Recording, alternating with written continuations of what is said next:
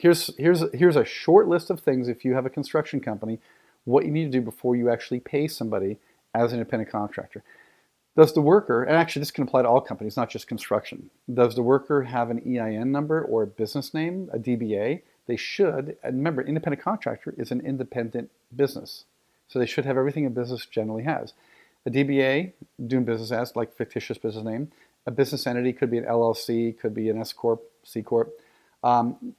Those aren't as important, but a business license, they always ask for that. Does your worker, like for instance in our city in Encinitas, if you are operating a business, you have to have a business license. But I mean, if the worker works for you and you guys work in multiple different cities, you might work in Del Mar, you might work in National City, you potentially should have a business license in all of those, but as long as you have it somewhere.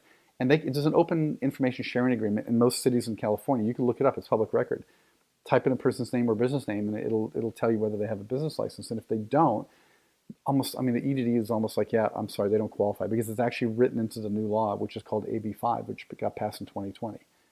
And I can't tell you how many contractors or companies we work with who hire contractors who don't have a business license. And they're like, nope, sorry.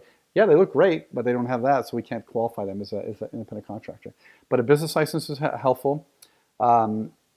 If you're in an industry where there's insurance required, especially in construction, they should have insurance. And the insurance has to be paid for by the contractor, not the company. Think of it, again, like an independent business. They have to have all these things. Do they have other clients? Or are they only doing work for you? If it's only doing work for you, it doesn't look like much like an independent business. It looks like they're doing work for you, and they might be your employee. And I can't tell you how many clients who call us and say, I can't afford to have these people converted into employees. I don't make enough money. There's not enough profit. And that's true.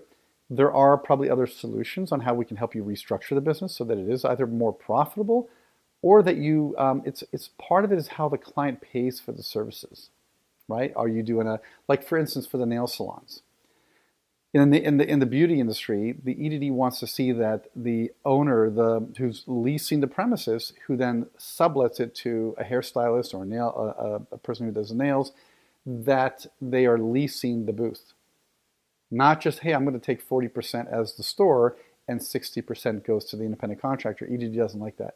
There should be a lease agreement, and then the worker, the person who owns that little booth, should be running their own credit card charges, collecting the money independently, and then paying a rent amount plus commission or a percentage of revenue every month. So there's different ways to structure it, and we can help you open up your mind into how that can be restructured so that you're making a profit, and then the burden's on the worker to collect the money, because they still have to pay the owner, the landlord.